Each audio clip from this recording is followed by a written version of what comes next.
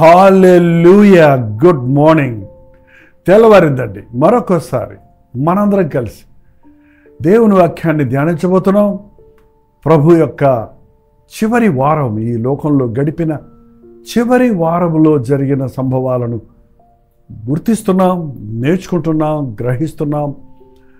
దేవుని ప్రేమను, ఆయన శక్తిని, ఆయన జ్ఞానాన్ని ఎరుగునట్లుగా ఈ 7 రోజుల్లో ఆల్రెడీ ఆది సోమ ముగించాం. మంగళవారంలోకి వచ్చున్నాము. ఈరోజు మంగళవారము, సోమవారము అని బైబిల్లో రాయలేదు, కానీ ఆయన ఆదివారం అనే మాట అక్కడ ఉంది. అక్కడి నుంచి మనం లెక్కలు వేసుకుంటూ వస్తున్నాం. చిన్న ప్రార్థన చేసుకొని ఈరోజు మరొక రోజు జరిగిన సంభవాలను ధ్యానిద్దాం. పరిశుద్ధుడా, నీకు వందనములయ్యా. దినములు గడుస్తూ ఉండగా మేము నేర్చుకోవలసిన, నీ అడుగు జాడల్లో నడవలసినవి ఎన్నో ఉన్నవి కనుక, ముఖ్యంగా నీ సిలువెత్తుకొని నిన్ను వెంబడించుటకు మాకు సహాయం చేయమని క్రీస్తునామములో అడుగుచున్నాను తండ్రి. ఆమేన్. మార్కు సువార్త 11వ అధ్యాయంలోనే ఉన్నామండి. పొద్దున్న వారు మార్గమున వెళ్ళుచుండగా, అంటే మంగళవారం ఉదయం మార్గంలో వెళుతుండగా ఆ యొక్క అంజూరపు చెట్టు వేళ్లతో పాటు అది ఎండిపోయి ఉన్నప్పుడు అక్కడ ఆ పేతురు ఆ సంగతి జ్ఞాపకం తెచ్చుకొని, బోధకుడా, ఇదిగో నీవు శపించిన అంజూరపు చెట్టు ఎండిపోయినని ఆయనతో చెప్పగా, ఆయన ఒక పాఠం నేర్పిస్తున్నాడు. నీకు విశ్వాసం ఉంటే ఈ కొండను చూసి ఎత్తబడి సముద్రంలో పడమంటే అది పడిపోతుంది. మీరు ప్రార్థన చేసేటప్పుడు విశ్వాసంతో చెయ్యండి. మీ నోటి మాటలలో అవునంటే అవును, కాదంటే కాదు అన్నట్టుగా ఉంటే ఆ వాక్యపు, ఆ మాటలో శక్తి ఉంటుంది అని వారికి అనేక విషయాలు బోధిస్తూ, ఆయనకి క్లాస్ రూమ్ లేదు, వాళ్ళకి కుర్చీలు లేవు, ఆయన మార్గంలో నడుస్తూ అనేక విషయాలను తన శిష్యులకు బోధిస్తూ యెరూషలేమునకు చేరారు. యెరూషలేములోని ఆ దేవాలయములోనికి ఆయన తిరుగుతుండగా ప్రధాన యాజకులు, శాస్త్రులు, పెద్దలు ఆయన దగ్గరకు వచ్చి, ముందు రోజు జరిగింది కదండి, ఆయన రోకల మార్చు వారిని అందరినీ బెళ్ళగొట్టి, పావురాలను ఎగరవేసి, క్రయ విక్రయాలు చేయవారిని కొర్రాలు తీసుకొని తరిమాడు కదా. ఆ శాస్త్రులు అడుగుతున్నారు, నువ్వు ఏ అధికారంతో ఇది చేయగలిగావు? నీకేం అధికారం ఉంది? ప్రధాన యాజకులము మేమున్నాము, నీవు ఏ అధికారంతో చేశావు అని ప్రభువుని వచ్చి ప్రశ్నించినప్పుడు ప్రభు ఏమన్నాడంటే, బాప్తీసం ఇచ్చి యోహాను ఏ అధికారంతో పరిచర్య చేశాడు, బాప్తీసాన్ని ఇచ్చాడు? ఈ ప్రశ్నకు మీరు సమాధానం చెప్పండి అన్నాడు. ఇరకటంలో పడిపోయారు వాళ్ళు. అతడు దేవుని వలన చేశారు అంటే మరి ఎందుకు మీరు అతన్ని అంగీకరించలేదు అని అడుగుతారు. కాబట్టి అతను ఫేక్, అతడు తప్పుడు ప్రవక్త అని చెబితే ప్రజలందరూ ఆయన ప్రవక్తని నమ్మారు, బాప్తీసం పొందారు, కళ్ళారా చూశారు, జనసమూహాలు ఆయన వెంబడిస్తున్నాయి. వాళ్ళందరూ తిరగబడతారేమోనని మాకు తెలియదు అనేసారంట సింపుల్గా. ఈ తిక్క ప్రశ్నలు వేసే వాళ్ళకి మనం సమాధానాలు చెప్పాల్సిన అవసరం లేదండి. వాళ్ళ నోటి నుండే సమాధానం వచ్చినట్టుగా మరో చిన్న ప్రశ్న ఇస్తే సరిపోద్ది. ప్రభు దగ్గర చూసి నేర్చుకుందాం. మూర్ఖుడితో వాదన పెట్టుకుంటే నువ్వు మూర్ఖుడు అయిపోతావు. అదే సమయంలో నువ్వు మూర్ఖుడికి జవాబు చెప్పకపోతే వాడు చాలా జ్ఞానం అనుకుంటాడు. కాబట్టి ఎలా జ్ఞానయుక్తంగా మూర్ఖుడిని నోరు మోయించాలనేది మనం తెలుసుకోవాలని బైబిల్ చెప్తుందండి. ప్రభు అదే చేశాడు.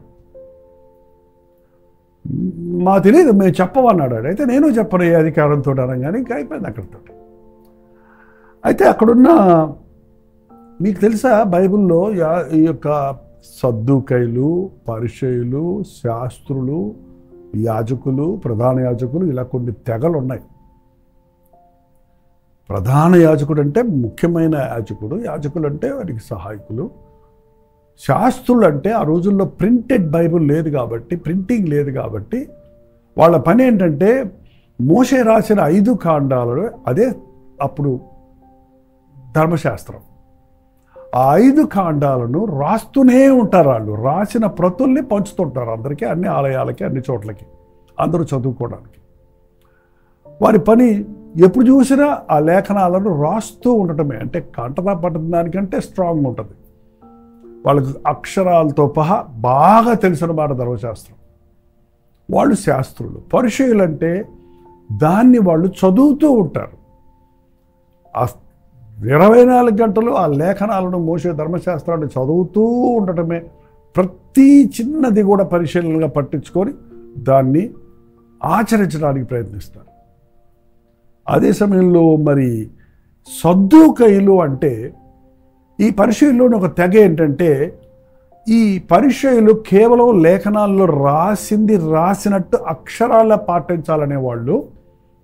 సద్దూకయ్యులేమో కొంచెం అక్కడ ఆచారాలు, పద్ధతులను బట్టి ఆ యొక్క రాసిందే కాకుండా దాని వివరణను కూడా అంగీకరించేవాళ్ళు. ఉదాహరణకి కళ్ళు మూసుకొని ప్రార్థన చేద్దాం అంటాం. కళ్ళు మూసుకోమని బైబిల్లో ఎక్కడా లేదండి. ప్రార్థన అయిన తర్వాత ఆమెను అనమంటాం. ఆమెను అనాలి అని ఖచ్చితంగా ఎక్కడ బైబిల్లో లేదు. అది సాంప్రదాయంగా మనం కొన్ని విషయాలు మనం నేర్చుకుంటున్నాం. మన సంఘపు ఆరాధనలో ఇముడ్చుకుంటున్నాం. అట్లా సద్దూకయ్యులు కొన్ని ఆచారాలు దానికి కలిపేవారు. అది వద్దనేవాళ్ళు. పరిచయులు వీళ్ళందరికీ పడదు. సో ఇక్కడ వీళ్ళందరూ ఓటయ్యారు ప్రభు దగ్గరకు వచ్చేటప్పటికి. ప్రధాన యాజకులు వచ్చేమో నువ్వు ఏ అధికారంతో చేసావని ప్రశ్నించాడు. ఆ సమయంలో మళ్ళీ వాళ్ళందరూ కలిసి ఇంకా ఆయన్ని ఎలాగోలాగా ప్రభువును మాటల్లో ఇరికించాలని, ఆయన ఇంకా మందిరంలోనే ఉన్నాడు కాబట్టి 13వ వచనంలో చూస్తే, వారు మాటలలో ఆయన్ని చిక్కుపరచవలనని పరిచయులను, హెరోదీయులను కొందరిని ఆరి వద్దకు పంపించాడు. హెరోదీయులను ఇంకో తెగ ఉందండి.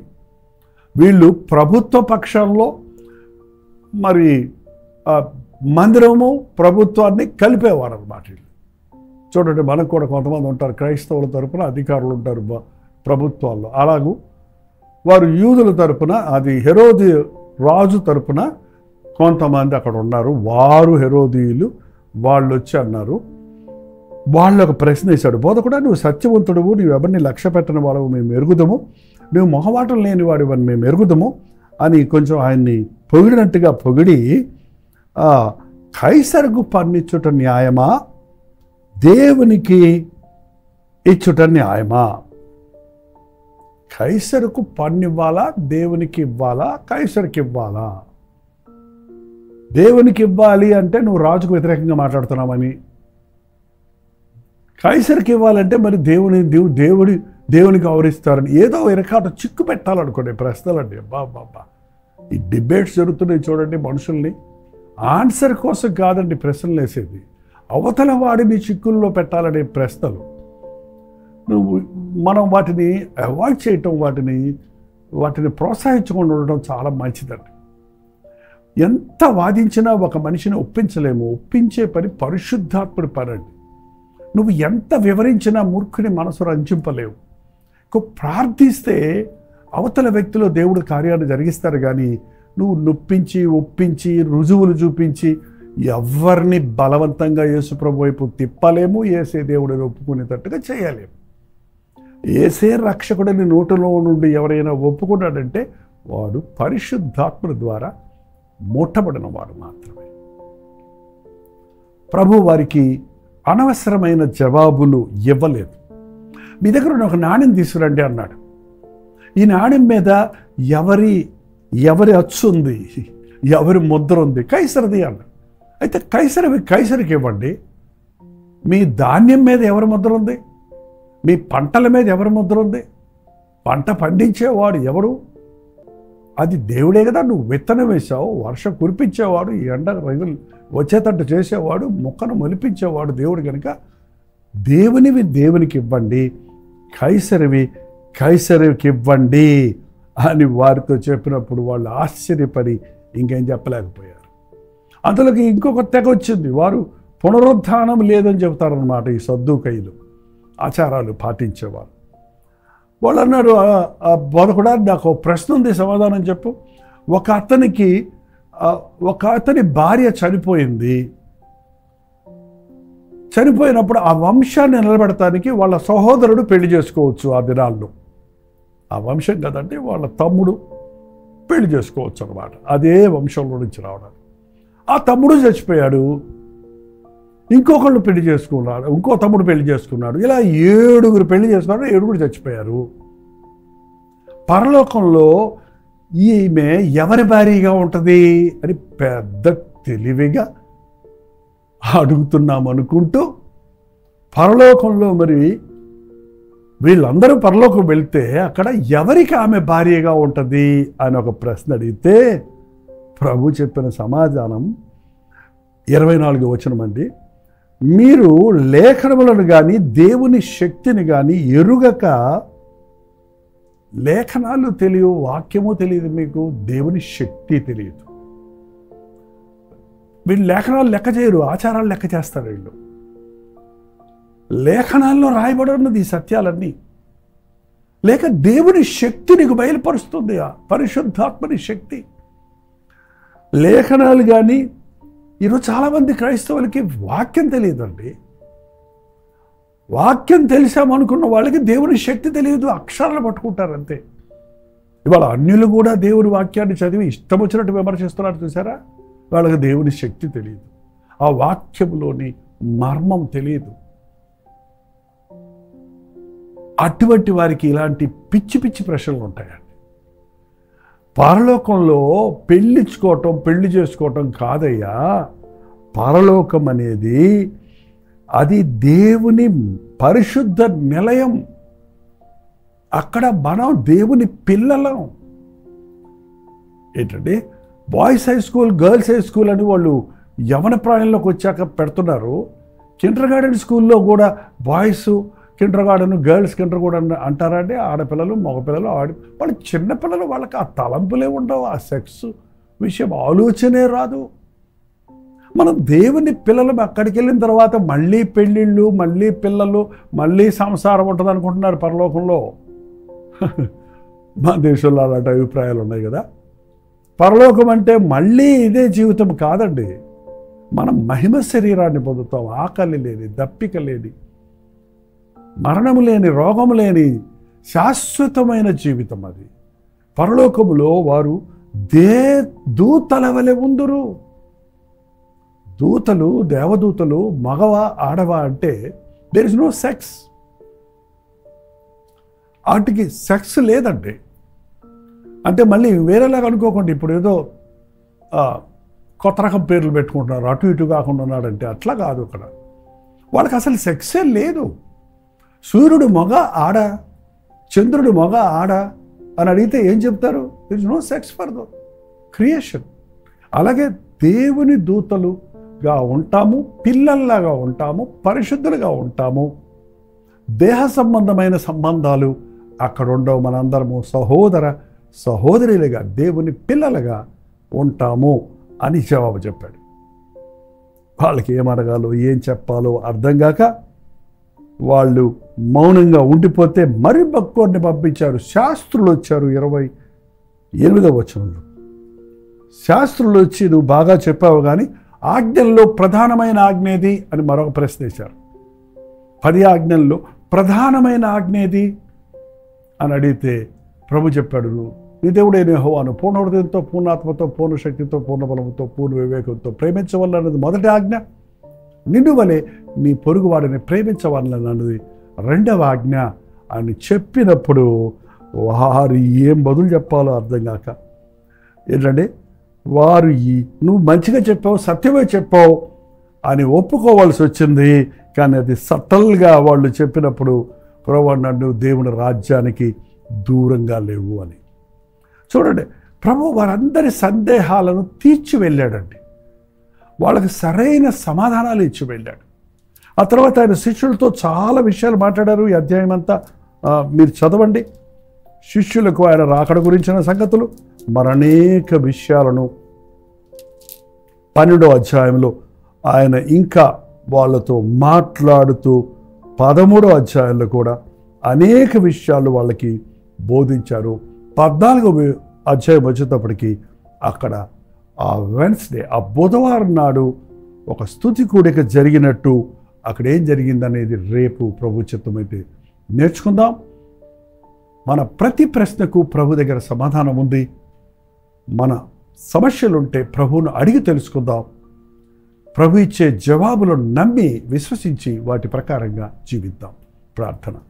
పరిశుద్ధుడ, ప్రేమగల తండ్రి, మరొకసారి నీ నామంలో మేమందరము ఏకముగా కూడి నీ వాక్యాన్ని పరిశీలిస్తుండగా మా హృదయాలకు అవసరమైన, మేము నేర్చుకునవలసిన, మేము చెప్పవలసిన అనేక సంగతులను గ్రహించుటకు నీ కృపనిచ్చుచున్నందుకై వందనములు.